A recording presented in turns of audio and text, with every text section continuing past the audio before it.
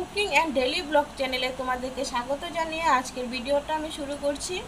আর আমার ভিডিওগুলো যদি তোমাদের ভালো লাগে তাহলে লাইক কমেন্ট শেয়ার করো এবং চ্যানেলটাকে সাবস্ক্রাইব করে দিও। পাশে থাকা বেল আইকনটাকেও প্রেস করে দিও যাতে করে পরবর্তী ভিডিওগুলো তোমাদের মোবাইলে পৌঁছে যায়।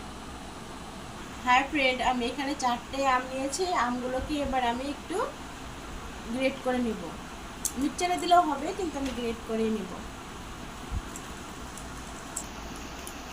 আমটা খুব রসালো, খুবই মিষ্টি। এটাকে কি আম বলে আমি ঠিক জানি না, তাই নামটা বলতে পারছি না। এভাবে আমি শ্বাসটা বের করে নেব, আটিটাকে আমি আলাদা করে নেব। খুব সুন্দর আমের একটা রস বানিয়ে নিব, একদম স্মুথ।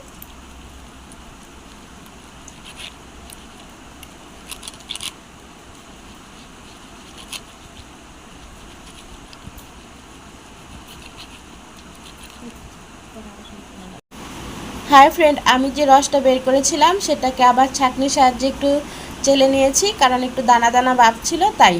এই যে আমার রসটা স্মুথ একটা এবার ব্যাটার তৈরি হয়ে গেছে। এবার এর মধ্যে দিয়ে দিব 1 কাপ চিনি, আর দিয়ে দিব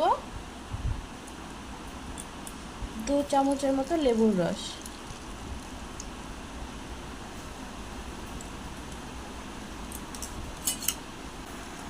এবার এটাকে আমি একটু মিক্সড করে নেব।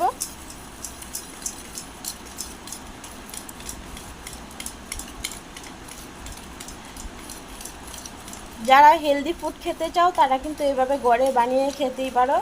ঘরে সংরক্ষণ করে রেখে দিবে, দিয়ে কিন্তু সারা বছর খেতে পারবে। বেশি করে নেবে, আমি অল্প করেই করছি এখানে।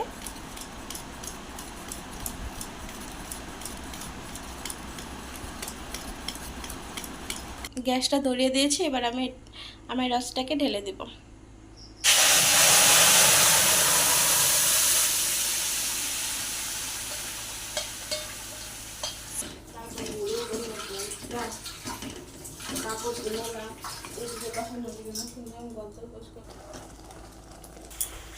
দেখো কি সুন্দর ড্রাই হয়ে গেছে,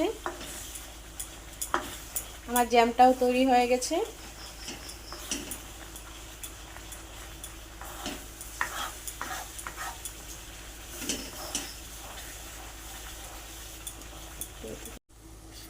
জ্যামটা তৈরি হয়ে গেছে। আমি এর থেকে বেশি আর ড্রাই করব না, ঠান্ডা হলে আরও জমে যাবে। গ্যাসটাকে অফ করে দিয়েছি, এবার আমি এটাকে নামিয়ে নেব।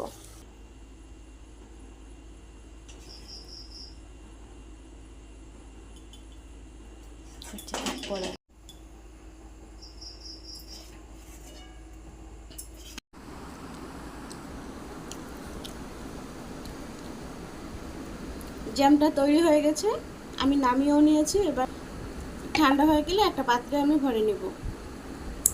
এভাবে কিন্তু বেশি করে বানিয়ে রেখে দেওয়া যেতে পারে সারা বছরের জন্য।